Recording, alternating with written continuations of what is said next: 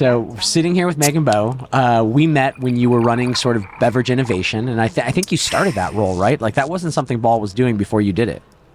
Yeah, I guess so. Working with small brands? I took over business development, and it was right after the pandemic where we had more capacity and we were able to sell. Did you just say the candemic? I didn't, but it was it was referred to as the candemic. And so yeah, we had capacity and we wanted to have a little fun with it. We also had previously kind of been known as the brand and company that wouldn't sell to the smaller brands, right? So yeah, we started reaching out, and I think LA Libations was pivotal in helping us do that. Well, I appreciate you saying that. But I think one of the things was Ball's like decided to kind of change in interesting ways. And one of the reasons I think there was no small brand business was you guys had just massive MOQs.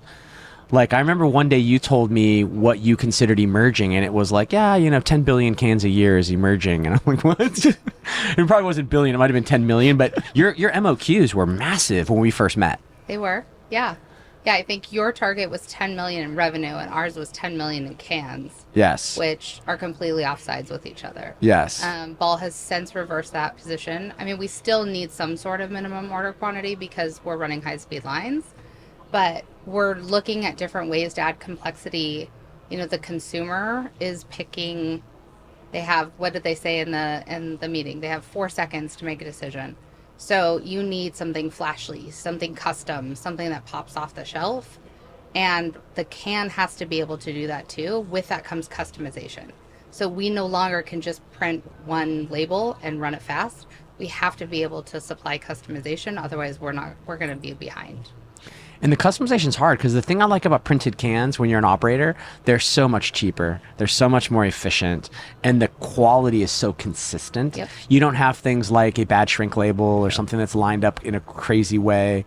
But how do you keep running that in? But it's also a little limited. Like how many colors can you run on a printed can versus a label? It's much more limited than a label. I think it's hundreds on a label and it's 6 to 8 on a can. Well, the good news is I like primary colors. But I mean, you can do so many things. Like look at Monster, how they use tactile. Coca-Cola, red and white. Well, yes.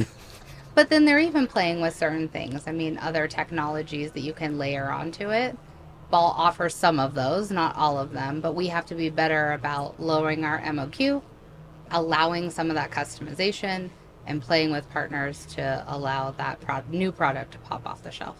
Well, then we'll take a step back. I'm going to use my British accent. How did you get into aluminum, especially? Like, how did you get into selling ball cans? Me? Yeah. Like, what was your start? I worked at Advantage before, so I worked in the retail. We just had Dave Peacock, Yeah. CEO of Advantage Sales and Marketing, in that chair. Yeah, so I started the Whole Foods sampling program. So Advantage had Shout out Whole Foods. Yeah, Advantage had won the RFP for that. I was hired to start and launch that. Ball called one day. It was during the pandemic, and I was ready for a new challenge, and they said, we're sold out for 5 years. And I'm like, we want you to lead new business. That's going to be a really interesting... Well, I didn't start as just leading new business. Okay, good. I'm like, that's an interesting challenge. So I was hired to manage one of our customers, and then capacity opened up, things changed, the market dynamics changed, and the business development lead had left at that point. I'm like, that sounds fun. Can I do it? And so I added that to my team, and I really enjoyed it. I now manage our bigger strategic accounts now, which is a little different, but still fun in a different way. Well, I think it's I don't know how you serve two masters, because Ball is really set up to do a couple of things at high efficiency, at high speed, for, fractions of cents. And then you try and bring in new brands, and it kind of grinds the thing down. Like, how do you run around the hallways at Ball advocating for small runs? A lot of fighting and pushing and, hey, pick me.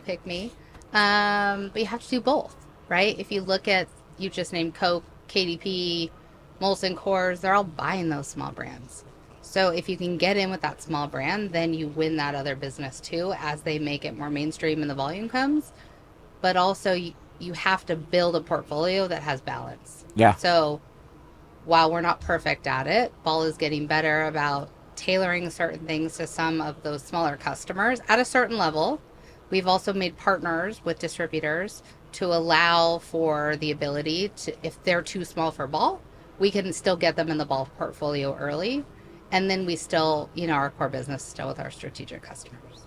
Well, it's kind of interesting too because, and I didn't understand this till we started working so closely with you and the Ball team, is there's one or two other sort of can suppliers, and brands are kind of like, you know, cigarette companies. Like once you've picked one, you're loath to change.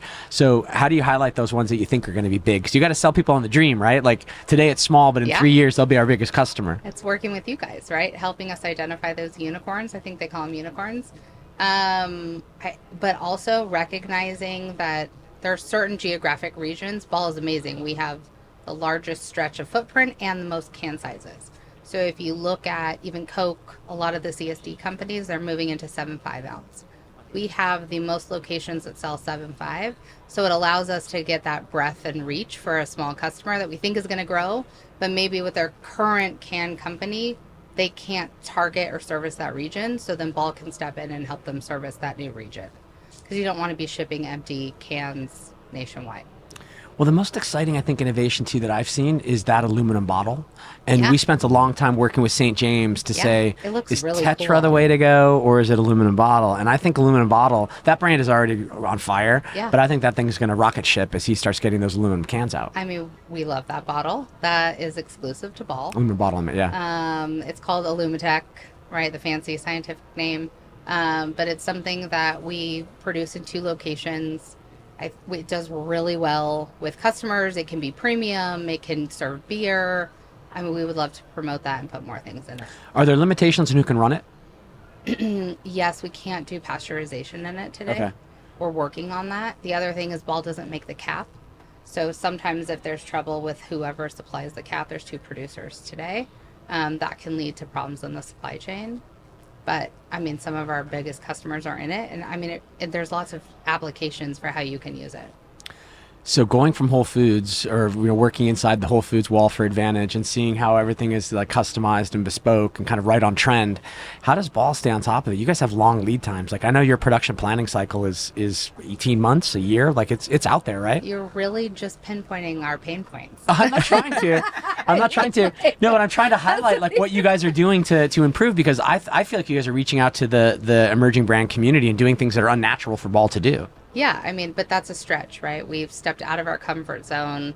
The new business development team that's running it today, I think, does a great job of building that relationship with you early on. I think we can pull it off in a quick time frame. It does require a longer lead time just to make sure we're planning the lines efficiently, especially on the smaller run sizes. The shorter lead time, it's super hard to stop the line and make a changeover. But I think they've gotten ahead of that with like building the relationships.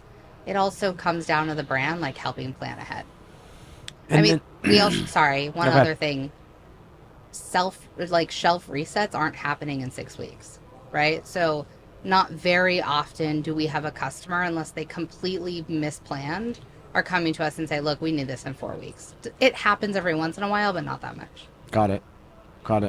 And then, I had another question for you. I was thinking about, Go ahead. from the standpoint of that, you mentioned like customization or personalization. I think about that even with like kind of creating like spikes of attention with launches, and like some of those being used not in the traditional large retail sets, but e-com. And like, how do you work with a partner that, obviously you guys do all of their business, and they obviously run full print and they can handle everything, but then they want to run, a one-off, couple thousand units because it's something fun for their fans and they think it's something interesting, and they're going to do that on a regular basis. And it's like, how do you keep them happy, because that's important, and they don't want to obviously complicate things? Like, are you able to service them, or are you saying, hey, we would love to, but it's just not right?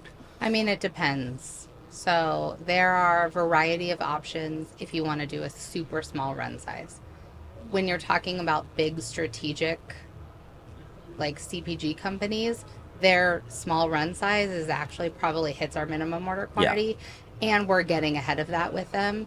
Or we're looking at offering a different package size, which they're already, innovating with us along the way. It really depends. If it's one of these like new nascent brands, we're probably suggesting that they do a sleeve on top of our can. So it's still our product, but they're innovating in a different way. Digital printers are now popping up. Ball is now offering a digital, an interior coat and exterior coat that is better suited for digital print. So we're trying to play in that space. So instead of moving away from working with, there's our competition, but like embracing it in a certain way so we're still part of the equation.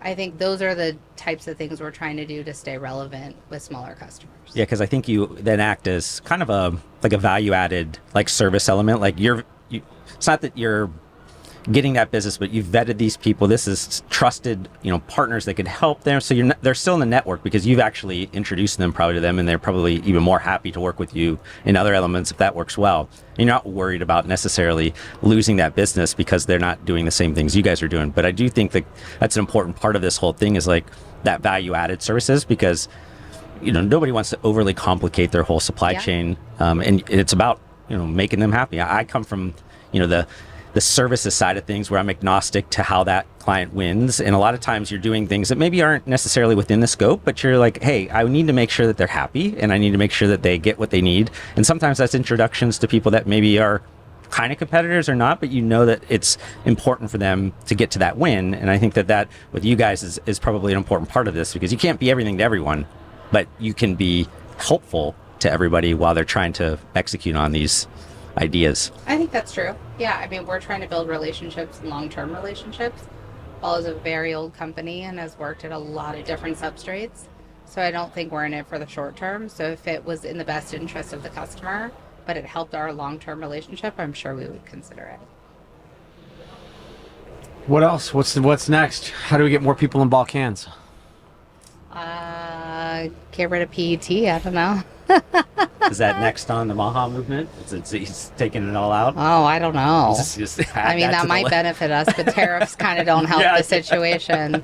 Do we have enough of material or minerals to do that? I think aluminum has a really interesting piece in the next step, right? It's infinitely recyclable. You can use it in so many different applications. There's a lot of ways that brands are using aluminum now, and it's like the package of choice in most cases. So I think there's a big blue ocean for us to go take up with that. I agree. Yeah. Thanks so much for sitting down with us. I appreciate it. Thanks for coming to Beverage Forum. It's so cool to see you. You're welcome. Yeah, it's good to see you.